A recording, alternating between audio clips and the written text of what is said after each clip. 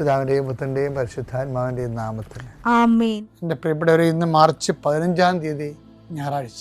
അമ്മേ പരിശുദ്ധ അമ്മേ, അമ്മേ പരിശുദ്ധമേ, ദൈവമാതാവേ, കൃപാസനത്തിലൂടെ ഞങ്ങളുടെ ദേശത്തിനും അമ്മ മധ്യസ്ഥം തേടി തന്ന എല്ലാ അനുഗ്രഹങ്ങൾക്കും കൃപകൾക്കും ഞങ്ങളിപ്പോൾ ഹൃദയം നിറഞ്ഞ നന്ദി പറയുന്നു. അമ്മേ പരിശുദ്ധമേ, ദൈവമാതാവേ, 2004 ഡിസംബർ 7 ഉച്ചകഴിഞ്ഞ് 2:30 കൃപാസനത്തിൽ സംഭവിച്ച അമ്മയുടെ പ്രത്യക്ഷപ്പെടലിനെ കുറിച്ച് തിരുസഭയ്ക്ക് സമർപ്പിച്ചിരിക്കുന്ന പഠനരേഖകളുടെ സഭാത്മകമായ പഠനം ആരംഭിക്കുവാൻ ഞങ്ങൾ പ്രാർത്ഥിക്കുന്നു. അമ്മേ പരിശുദ്ധമേ, ഭൂസ്വർലോകങ്ങളുടെ രാജ്ഞിയായ അങ്ങേയ്ക്ക് ഭൗമസംരക്ഷണത്തിനായി പ്രപഞ്ചപ്രകൃതിയെ തന്നെ തിരുസഭ പ്രതിഷ്ഠിക്കുവാൻ ഈ പ്രത്യക്ഷീകരണം വഴി ഇടയാക്കണമേ. പരിശുദ്ധമേ, ജപമാല മാതാവേ, സകല കൃപാസനം പ്രാർത്ഥനയോടും ചേർത്ത് ഞങ്ങളിപ്പോൾ പ്രാർത്ഥിക്കുന്ന ഈ കുടുംബത്തിന്റെ പ്രത്യേക നിയോഗം പറ മക്കളെ.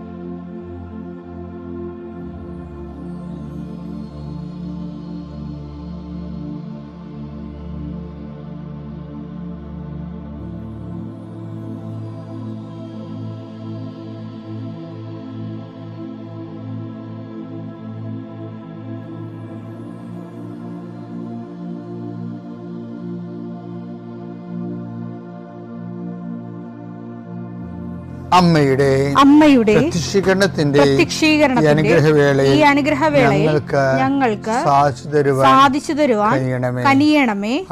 ആമേൻ. വിശ്വാസ പ്രമാണം. സർവശക്തനായ പിതാവും ആകാശത്തിന്റെയും ഭൂമിയുടെയും സൃഷ്ടാവുമായ ദൈവത്തിൽ ഞാൻ വിശ്വസിക്കുന്നു. അവിടുത്തെ ഏകപുത്രനും ഞങ്ങളുടെ കർത്താവുമായ ഈശോമിശിഹായിലും ഞാൻ വിശ്വസിക്കുന്നു. ഈ പുത്രൻ പരിശുദ്ധാത്മാവിനാൽ ഗർഭസ്ഥനായി കന്യകാമറിയത്തിൽ നിന്ന് പിറന്ന് പൊന്തിയോസ് പീലാത്തോസിന്റെ കാലത്ത് പീഡകൾ സഹിച്ച് കുരിശിൽ തറയ്ക്കപ്പെട്ട് മരിച്ച് അടക്കപ്പെട്ട് പാതാളങ്ങളിൽ ഇറങ്ങി മരിച്ചവരുടെ ഇടയിൽ നിന്ന് 3-ാം നാൾ ഉയർത്ത് സ്വർഗത്തിലേക്ക് എഴുന്നള്ളി സർവശക്തിയുള്ള പിതാവായ ദൈവത്തിന്റെ വലതുഭാഗത്തിരിക്കുന്നു. അവിടെ നിന്ന് ജീവിക്കുന്നവരെയും മരിച്ചവരെയും വിധിക്കുവാൻ വരുമെന്നും ഞാൻ വിശ്വസിക്കുന്നു. പരിശുദ്ധാത്മാവിലും ഞാൻ വിശ്വസിക്കുന്നു. വിശുദ്ധ കത്തോലിക്കാ സഭയിലും പുണ്യവാന്മാരുടെ ഐക്യത്തിലും പാപങ്ങളുടെ മോചനത്തിലും ശരീരത്തിന്റെ ഉയർപ്പിലും നിത്യമായ ജീവിതത്തിലും ഞാൻ വിശ്വസിക്കുന്നു. ആമേൻ. സ്വർഗ്ഗസ്ഥനായ ഞങ്ങളുടെ പിതാവേ, അങ്ങയുടെ നാമം പൂജിതമാകണമേ. അങ്ങയുടെ രാജ്യം വരണമേ. അങ്ങയുടെ തിരുമനസ് സ്വർഗത്തിലെ പോലെ ഭൂമിയിലും ആകണമേ. അന്നു വേണ്ടുന്ന ആഹാരം ഇന്ന് ഞങ്ങൾക്ക് തരണമേ. ഞങ്ങളോട് തെറ്റ് ചെയ്യുന്നവരോട് ഞങ്ങൾ ക്ഷമിക്കുന്നത് പോലെ ഞങ്ങളുടെ തെറ്റുകൾ ഞങ്ങളോടും ക്ഷമിക്കണമേ. ഞങ്ങളെ പ്രലോഭനത്തിൽ ഉൾപ്പെടുത്തരുതേ, തിന്മയിൽ ഞങ്ങൾ രക്ഷിക്കണമേ. ആമേൻ. നന്മ നിറഞ്ഞ മറിയമേ, സ്വസ്തി. കർത്താവ് അങ്ങയുടെ കൂടെ സ്ത്രീകളിൽ അങ്ങ് അനുഗ്രഹിക്കപ്പെട്ടവളാകുന്നു. അങ്ങയുടെ ഉദരത്തിൻ ഫലമായി ഈശോ അനുഗ്രഹിക്കപ്പെട്ടവനാകുന്നു. പരിശുദ്ധ മറിയമേ, തമ്പുരാന്റെ അമ്മേ, പാപികളായ ഞങ്ങൾക്ക് വേണ്ടി ഇപ്പോഴും ഞങ്ങളുടെ മരണസമയത്തും തമ്പുരാനോട് അപേക്ഷിക്കണമേ. ആമേൻ. കർത്താവേ, നിന്റെ ഉന്നതമായ നാമത്തിന് സ്തോത്രം ചെയ്യുന്നു. കർത്താവേ, നിന്റെ വിശുദ്ധ പൗരോഹിത്യത്തെ മഹത്വപ്പെടുത്തണമേ. കർത്താവേ, സഭയിലുള്ള സാന്നിധ്യം പ്രകടമാക്കണമേ. 40 വർഷം ഞാൻ അർപ്പിച്ച കൃപാനയുടെ യോഗ്യതയാണ്. കൃപാസ്ഥാനത്താറെ ജീവനോടെ പ്രത്യക്ഷപ്പെട്ട പരിശുദ്ധ അമ്മയുടെയും മാധ്യസ്ഥത്തിൽ ഇന്ന് ഉത്തരവാദിത്തങ്ങളിലേക്ക് പോകുന്ന എല്ലാവരെയും ഞാൻ ഈശ്വര നാമത്തിൽ ആശീർവദിക്കുന്നു.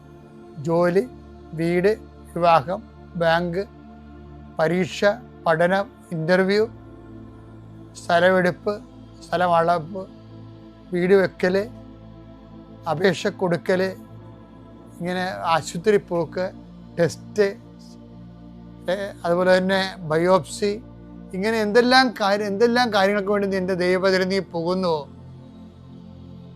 Come with you wherever you go. നീ എവിടെ പോയാലും നിൻ്റെ കൂടെ ഞാൻ ഉണ്ടായിരിക്കും. നല്ലത് കർത്താവിൻ്റെ വാഗ്ദാന പ്രകാരം സഞ്ചാരി മാതാവ് സമയത്തിൻ്റെ അധികാരി നിൻ്റെ കൂടെ വരികയും നിൻ്റെ ഉദ്ദേശ ലക്ഷ്യങ്ങളെ ആശീർവദിക്കുകയും നീ അറിയാത്ത അവിചാരിതമായ അപകടങ്ങൾ, ആകസ്മിക സങ്കടങ്ങളിൽ നിന്ന് കർത്താവ് നിൻ്റെ യാത്രയുടെ ലക്ഷ്യത്തെ സംരക്ഷിക്കട്ടെ. രോഗികൾ, പീഡിതരെ, മാനസിക സംഘടന അനുഭവിക്കുന്നവർ, ഡിപ്രഷൻ അനുഭവിക്കുന്നവർ, മരുന്ന് കഴിച്ചിട്ട് ഉറക്കം മൂടുകയും ശരീരം തൂക്കം വെക്കുകയും ചെയ്യുന്നതല്ലാതെ പ്രത്യേകിച്ച് പ്രയോജനമൊന്നും ഇല്ലാതെ ഡിപ്രഷൻ കൊണ്ട് വേദനിച്ച് ജീവിക്കുന്ന ആൾക്കാർ, കർത്താവേ നീ അവരെ തൊടണമെന്ന് പ്രാർത്ഥിക്കുന്നു. ഓട്ടിസം കുഞ്ഞുങ്ങൾ, ഹൈപ്പർ ആക്ടിവിറ്റി കുഞ്ഞുങ്ങൾ, അവിടെ മാതാപിതാക്കന്മാരെ മനസ്സ് കെട്ടുപോയവർ, തകർച്ച സങ്കടം കൊണ്ട് അവർക്ക് ജീവിക്കാൻ പറ്റാത്തവർ, ജീവിക്കാൻ വേണ്ടി ജീവിതത്തോട് മൽപ്പിടുത്തം നടത്തുന്നവർ, മരുന്ന് കഴിച്ചിട്ടും രോഗം സുഖമാക്കാതെയും രോഗം പൊറുക്കാതെയും ഇരിക്കുന്നവർ, എൻ്റെ കർത്താവിന് ഉന്നതമായ നാമത്തിൽ, സഭയുടെ അധികാരത്തിൽ, കുരിശിൻ്റെ അടയാളത്തിൽ, ദൈവശക്തിയാൽ നിങ്ങൾക്ക് ദൈവസന്ധിപ്പും സൗഖ്യം ലഭിക്കട്ടെ. പിതാവും പുത്രനും പരിശുദ്ധാത്മാവുമായ സർവ്വേശ്വര എന്നേക്കും ആമേൻ. എൻ്റെ പ്രിയപ്പെട്ടവരെ, ബൈബിളിൽ ചില രസങ്ങളുണ്ടാവും. ബൈബിളിൽ ഒരിക്കൽ പറയുന്നതിനോട് ദൈവം ചില സമയത്ത് നേരെ അതിൻ്റെ എതിര് പറയും. അപ്പോൾ കൺഫ്യൂഷൻ ആകണ്ട, രണ്ട് ടൈമിൽ പറഞ്ഞ പോലെ കണക്കാക്കിയാൽ മതി. ജീവിതത്തിൻ്റെയും രണ്ട് ഘട്ടം. ഇപ്പോൾ ഒരു ഘട്ടത്തിൽ ഈശോ എന്താ പറഞ്ഞിരിക്കുന്നത്? മത്തായി 9:13 ബലിയല്ല കരുണയാണ് ഞാൻ ആഗ്രഹിക്കുന്നത് എന്നതിന്റെ അർത്ഥം നിങ്ങൾ പോയി പഠിക്കുക. ഞാൻ വന്നത് നീതിമാന്മാരെ വിളിക്കാനല്ല, പാപികളെ വിളിക്കാനാണ്. അപ്പൊ നീതിമാന്മാരെ വിളിക്കാനല്ല എന്ന് പറഞ്ഞില്ലേ? പിന്നെ ആരെ വിളിക്കാനാണ്? പാപികളെ വിളിക്കാനാണ്. അപ്പം ഇത് ആണ് ഈശോയുടെ നിലപാട്.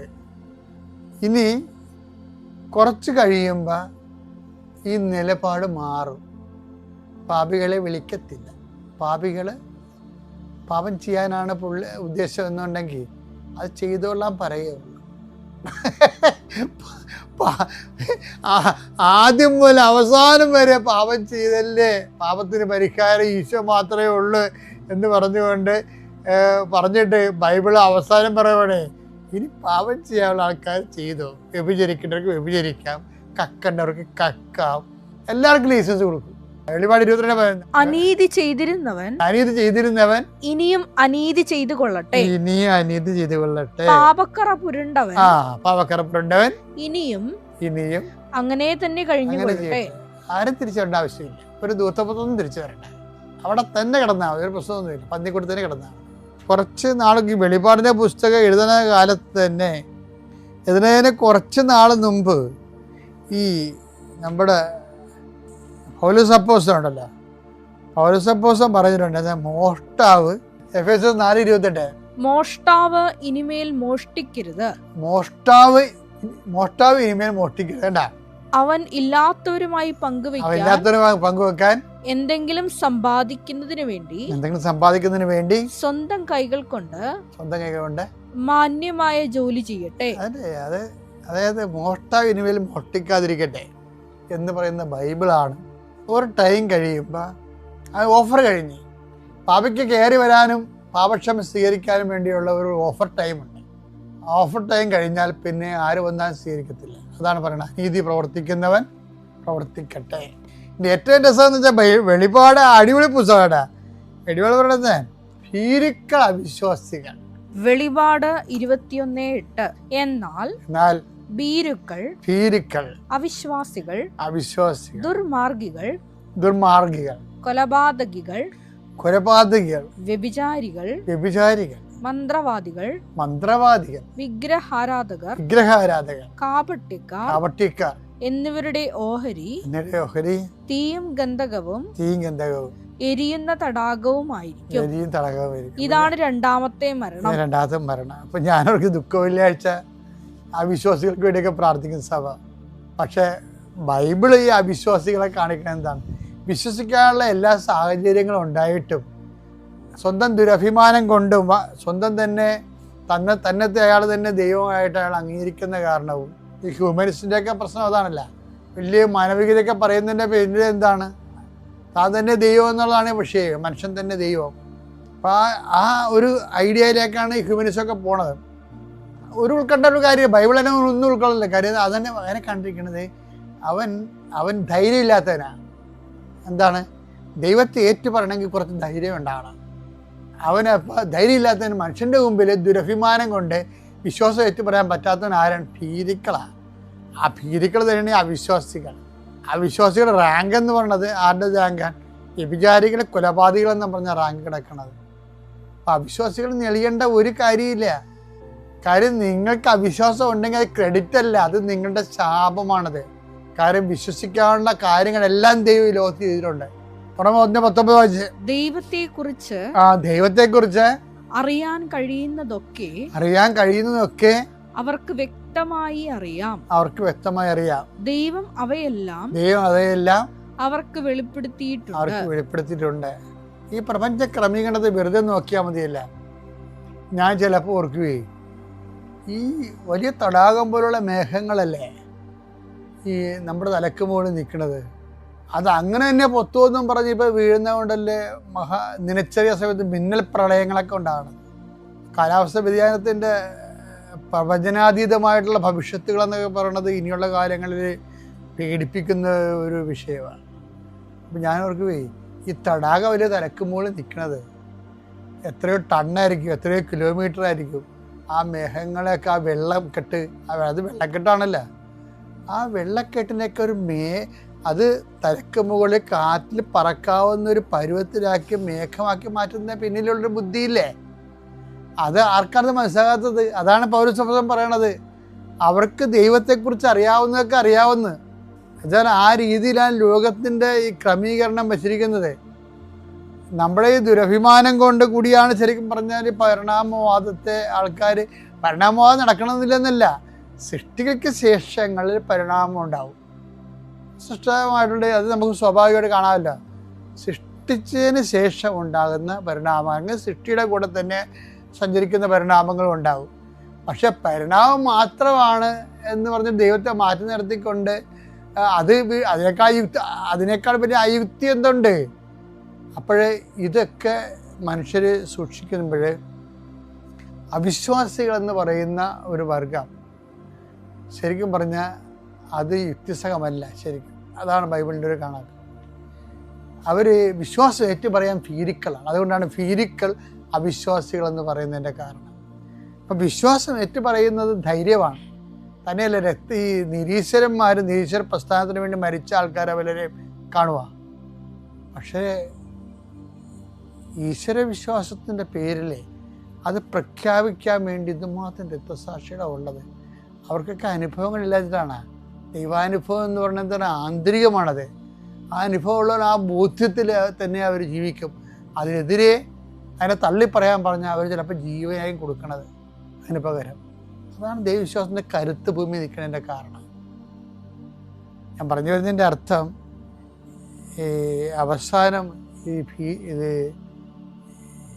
അവസാനം വരെ ദൈവം ഇങ്ങനെ അനുതാപത്തിലേക്ക് പാപികളെ വിളിക്കുന്നുണ്ടെങ്കിലും അനുതാപത്തിൻ്റെ അവസരം നഷ്ടപ്പെടുന്നു. ഹെബ്രായർ 12:17 പിന്നീട് അവകാശം പ്രാപിക്കാൻ ആഗ്രഹിച്ചപ്പോൾ അവൻ തിരസ്കരിക്കപ്പെട്ടുവെന്ന് നിങ്ങൾക്കറിയാമല്ലോ. കണ്ണീരോടെ അവനത് ആഗ്രഹിച്ചെങ്കിലും അനുദപിക്കാൻ അവന് അവസരം ലഭിച്ചില്ല. അവന് അവസരം ലഭിച്ചില്ലെന്ന്. അപ്പം അനുതാപം ഒരു അവസരമാണ്. അത് കാരണം ആ അവസരം ദൈവം തന്നിട്ട് ആ ഒരു ടൈം കഴിഞ്ഞാൽ പിന്നെ നിനക്ക് നീ എൻ്റെ അനുതാപം സ്വീകാര്യമല്ലാതെ വരും. അതുകൊണ്ടാണ് ബൈബിൾ പറയണത് ഇനി അനീതി പ്രവർത്തിക്കട്ടെ എന്ന് പറഞ്ഞതിൻ്റെ കാര്യം എന്താണ്? തിന്മ ചെയ്യുന്നവൻ തിന്മ ചെയ്യട്ടെ. അപ്പം ഈ അവസരം ഒരു നോൻപുകാലം ഒരു അവസരമാണ്. ഓരോ മനുഷ്യർക്കും ഇതുപോലെ ദൈവം ഓരോ സമയം കൊടുത്തിട്ടുണ്ട് അവസരം. ആ അവസരത്തിൽ തന്നെ അവനെ അനുദപിക്കണം. അത് കഴിഞ്ഞാൽ ചിലപ്പോൾ അനുതാപം സ്വീകാര്യമായിരിക്കത്തില്ല. സ്വീകാര്യമായ സമയത്താണ് നമ്മുടെ അനുതാപം പോലും ദൈവം സ്വീകരിക്കുന്നത്. ബൈബിളിലെ 2 കൊരിന്ത്യർ നമ്മൾ വായിക്കുന്നില്ലേ? ഇതാണ് സ്വീകാര്യമായ സമയം. 2 കൊരിന്ത്യർ 6:2 അവിടുന്ന് അരുൾ ചെയ്യുന്നു, അവിടുന്ന് അരുൾ ചെയ്യുന്നു, സ്വീകാര്യമായ സമയത്ത് ഞാൻ നിന്റെ പ്രാർത്ഥന കേട്ടു.